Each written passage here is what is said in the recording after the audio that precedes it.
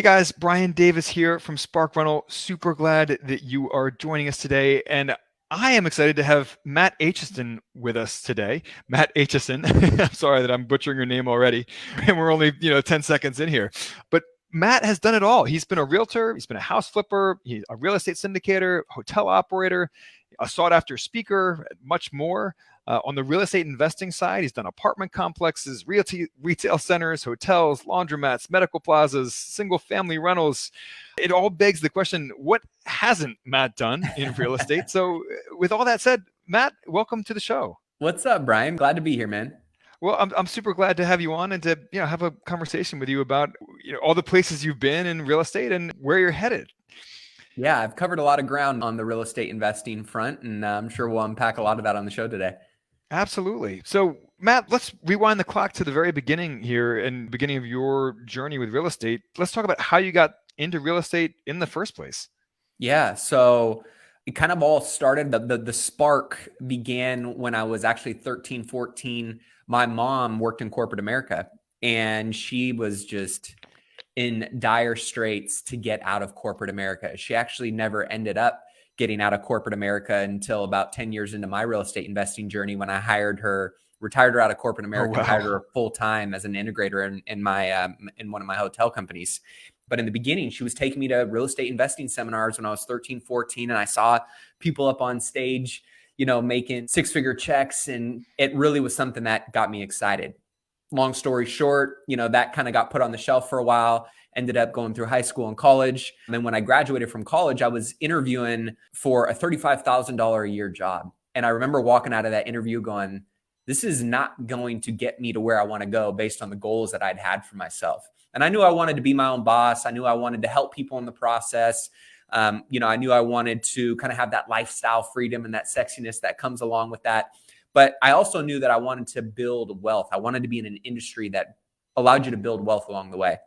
And one of the only ones that, checked all those boxes was real estate investing. And this was real estate. And this was in 2010, post financial crisis.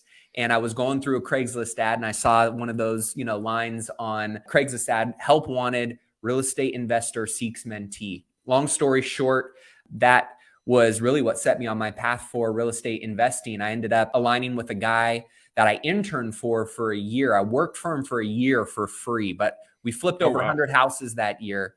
And I was doing pretty much everything from project management to, acquisitions to dispositions. And I learned the process of flipping. And that was, a really great price of education. But he was clipping $50,000, $60,000, $70,000 a flip. And I literally did not make a dime that year. And I went, I think I can learn how to do this. I've been in this, in this batter's box for a while now. I've seen a lot of pitches come across the plate. I think I'm ready to take a swing myself. And so long story short, I found my very first flip after going out for a week straight and hanging up bandit signs at 3, 4 in the morning. I got a call after, 100 calls of telling me to F off and get my ugly, yellow sign out of their neighborhood. I got that one call from a lady. She was the neighborhood cat lady. I'm not kidding. She had over 100 stray cats inside of her house. 100? Over 100. Long story short, when I found a way to purchase the property, I'm using none of my own money because I was at the time 21. I had $800 to my name. I think I had about $3,000 or $4,000 in credit card debt. I was still living at home. I walked out of that kitchen table and I had a contract for $75,000. And I was doing the Tiger Woods fist pump, the Aaron Rodgers discount double check. I was celebrating. And then I got back into my car and I realized, oh shit, I don't have any money and I've never bought a house before. How am I going to do this? At the same time, I remember what one of my first real estate mentors told me, which was, if you find a great deal, the money will follow. And from that point forward, I started shopping this deal around to anyone and everyone I could that maybe was willing to invest. And I ended up getting a private money lender to give me majority of the purchase price. I got a second private lender to give me majority of the construction and rehab costs and the money that was needed to pay the first lender while I was flipping it. And I ended up selling that house after paying out the first lender and the second lender all their money and interest back.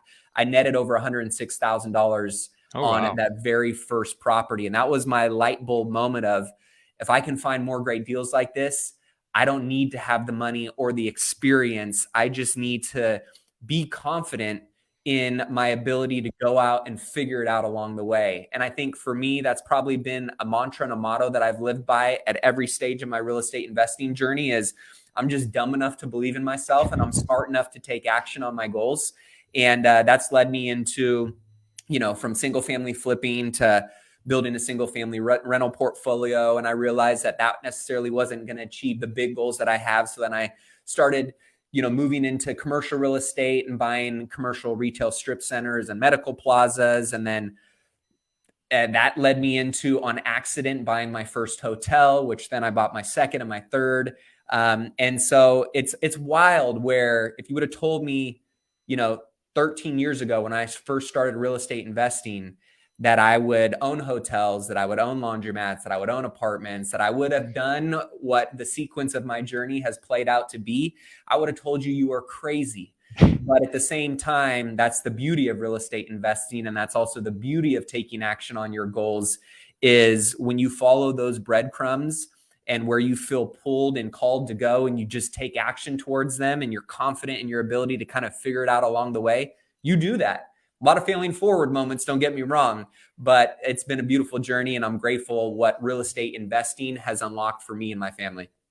Yeah, James Wedmore always says success leaves clues. And as you pointed out, you can follow those breadcrumbs to what other successful real estate investors have done and follow their formulas and fail your way into success that way through trial and error.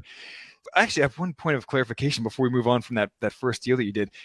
With the second lender, did you have to give up some of the equity in that deal in order to get them to sign off on this? I did not. No, Wow. It was an unsecured promissory note and it was 10% and 3 points.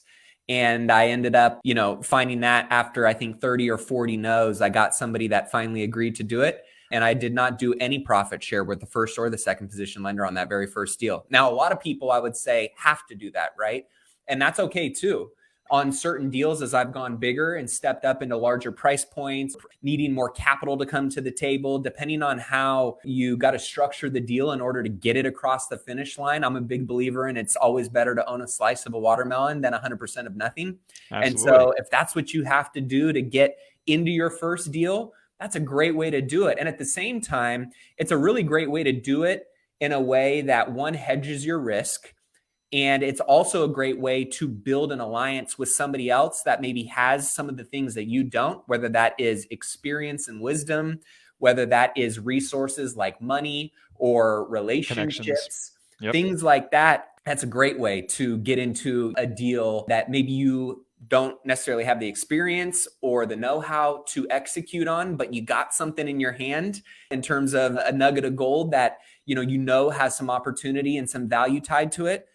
Don't be afraid to partner with people or cut them in on the deal. Don't be greedy and cut your nose off in spite of your face just because you want to make more money. Because the beauty is by doing that, you're going to learn so much in that process and there's going to be a real ROI long-term. I'm a big believer in the crock pot mentality versus the microwave mindset. A lot of people try and get a little too greedy, try and keep a little too much.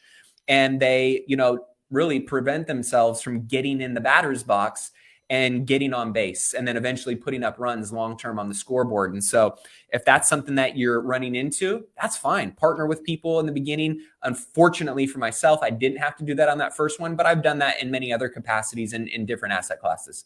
Oh, sure. And that's really how syndications work, right? I mean, Yep. People buy in for share of the equity.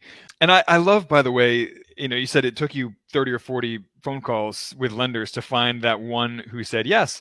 And that tenacity and resilience is a critical component to success in real estate investing, I have found, because often it is that 41st call that will be the yes after 40 no's. So people who say, oh, I'm just going to make a few calls and if it doesn't work out, it doesn't work out. That person is probably not going to work out as a real estate investor. 100%. Yeah. I mean, you really do have to be tenacious in this industry and in this space. That cliched statement is cliche for a reason because it's true, right? If it was easy, everyone would be doing it. And I went back one year when I'd flipped a very sizable amount of homes and I'd gone through with our acquisitions team and looked at all the different, properties that we'd end up settling on. And almost every single one of those acquisitions came after the 8th or ninth touch with that seller. So think of how many people give up after the second or the third or the fourth or even the fifth or sixth no, let alone doing that to get to that 8th or ninth. We saw almost over 70% of our acquisitions come after that 7th or 8th or ninth touch. So, persistence pays off. And the people who have that stamina and just trust in the process and follow through with the process are usually the ones that get rewarded. Yeah, absolutely. And sometimes, to your earlier point about not being afraid to take on partners, sometimes when you partner with somebody with experience and with connections, they can reassure you along the way and say, no, don't give up yet. Like, you're on Yeah, the right track. You just need to carry this across the finish line. So 100%. I love that. Um, so you started flipping houses. Tell us about your process scaling that up, and especially how you went from scale or flipping single family homes into some of the commercial properties that you are now involved with, because that transition is a little scary and a little intimidating for a lot of investors out there. Yeah, I mean, I know it for sure was for me. I wish I would have started sooner in commercial real estate because even though it's a little bit of a different board game, I kind of metaphorically compare it to chess or Monopoly. Like the first time I ever sat down to a chessboard or to play Monopoly, you don't fully understand what all the pieces do and the strategy behind it. But after you play it enough, you realize that there is, a method to the madness. And just like flipping houses there was a method to that madness. There's the same method to the madness in different commercial real estate asset classes. And so I wish I would have went there a little bit sooner, because the reason why it prompted me to go in that direction was, while flipping was great and, I was clipping some decent income from it, at the same time, it's active income. There's nothing mailbox money about it. You're only as good Absolutely as not. your last flip or your next flip. And so while it was generating some decent, income for me, I also realized that it wasn't what was going to unlock freedom for me. It was a mechanism that was ultimately giving me an option to take that income and invest it wisely to, over time, unlock more freedom. And so flipping, it's a high stress and challenging space, but you get rewarded for prevailing through that. And so for me, I knew that it wasn't a long-term business model that I wanted to be in, but it was a short-term business model that was going to allow me as a stepping stone to get to the next place that I wanted to be. And so as I started, flipping houses, I started using that income to go and buy single family rentals and then fourplexes. And then as I started getting in that game a little bit more on the property management and ownership side, I started seeing the financial models behind that. And I realized that the financial models behind that, clipping 100, 200, 300, if you were lucky, $500 a month on some of these properties, based on the cash flow goals that I had for myself, it was going to take a long time to get me to where I wanted to go.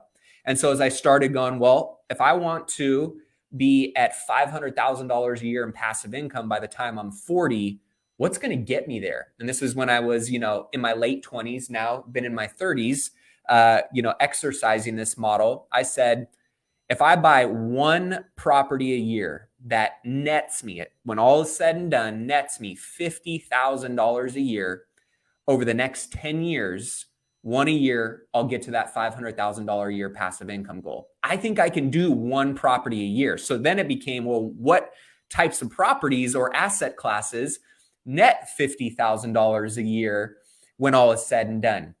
And as I started doing more research on that, then it became, okay, I understand what different types of commercial assets have that type of financial capacity.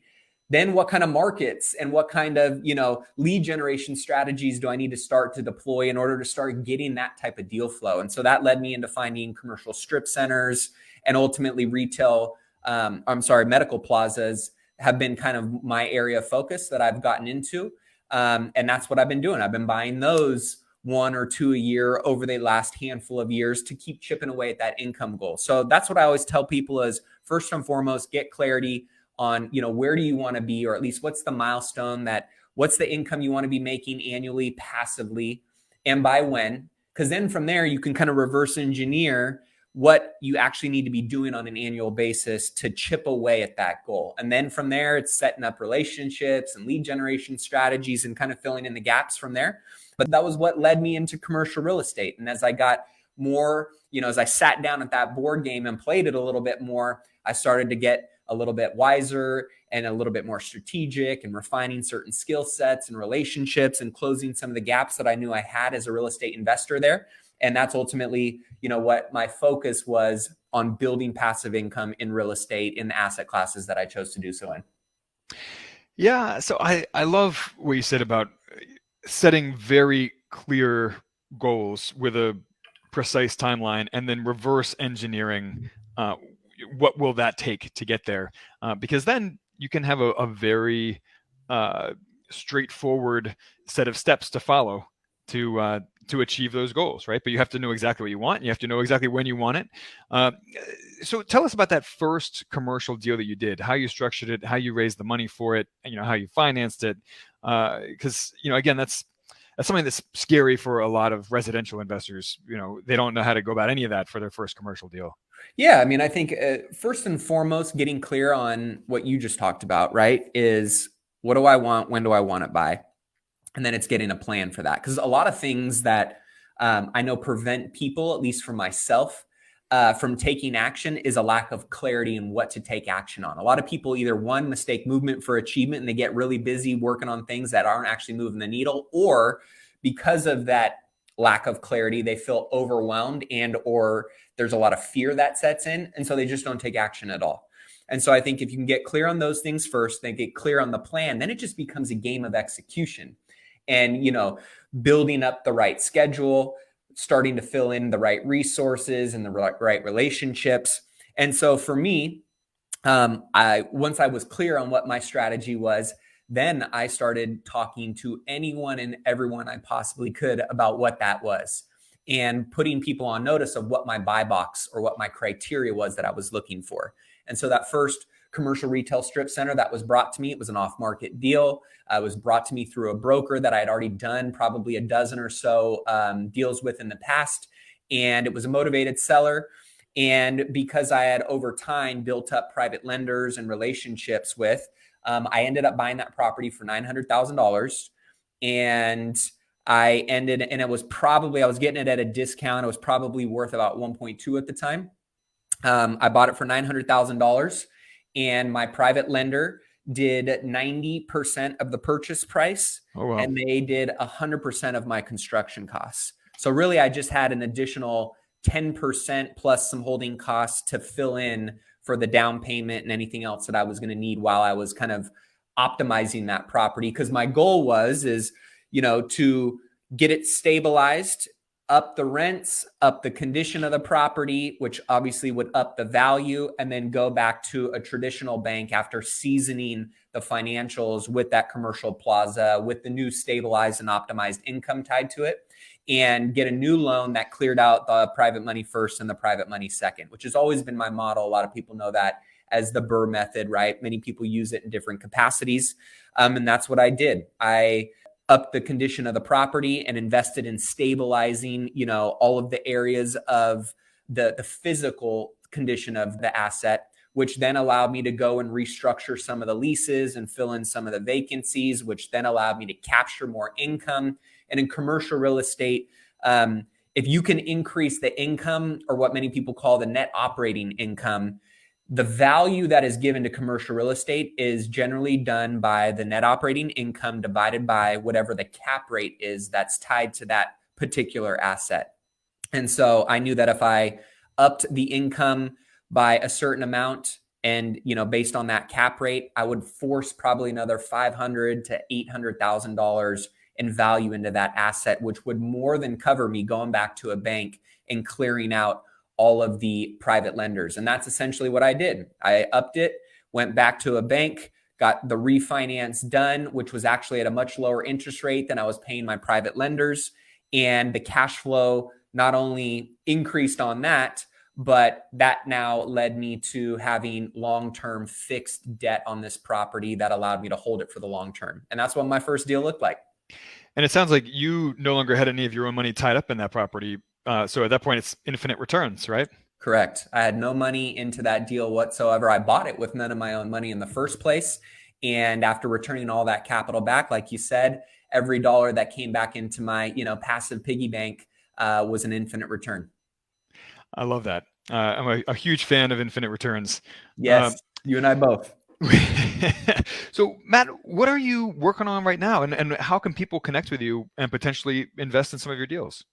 Yeah, I mean, right now, the last 5 years has really been more still, acquire passive income assets every year. But my active focus over the last 5 years was building. I bought my first hotel, bought my second, bought my third, and has been more on the hospitality side of things. I love, the physical aspects of a real estate asset, but also the business side of a hospitality company operating within those assets and being able to create experiences and memories and really fun things, in addition to all of the normal benefits that come along with real estate.